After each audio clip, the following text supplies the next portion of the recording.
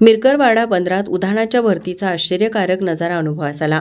मोठमोठ्या लाटा अडून त्यांच्या तडाख्याची तीव्रता कमी व्हावी यासाठी ब्रेकवॉटर वॉल बांधण्यात आली आहे, परंतु ब्रेकवॉटर वॉलवरून अजस्र लाटा बंदराच्या दिशेने येत होत्या।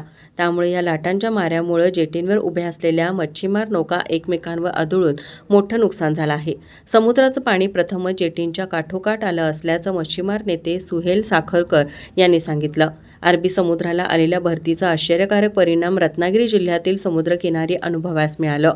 मिरकरवाडाच्या बंदर या ठिकाणी प्रथम वेगळेच दृश्य पाहायला मिळालं। पावसाळी मासेमारी बंदीमुळे सुमारे 350 नौका वेगवेगळ्या जेटींवर शाकारून ठेवल्या आहेत।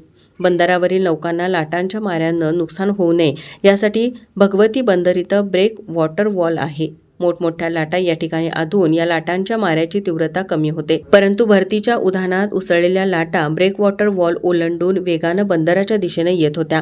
त्यामुळे दाटीवाटीनं शाकारून ठेवलेल्या नौका एकमेकांवर आदळत होत्या। मोठमोठ्या उसळलेल्या लाटांमुळे मंडणगड दापोली येथील समुद्रकिनाऱ्याच्या घरांमध्ये पाणी शिरलं आहे। काही ठिकाणी उभ्या असलेल्या नौका वाहून गेल्या आहेत। लोखंडी साखळ्यांनी बांधून ठेवलेल्या पांगांच्या साखळ्या तुटून जाण्याचे प्रकारही घडले। मिरकरवाडा बंदरात असा हा प्रकार प्रथमच पाहावयास मिळाला, असं मच्छीमार नेते सुहेल साखरकर यांनी सांगितलं।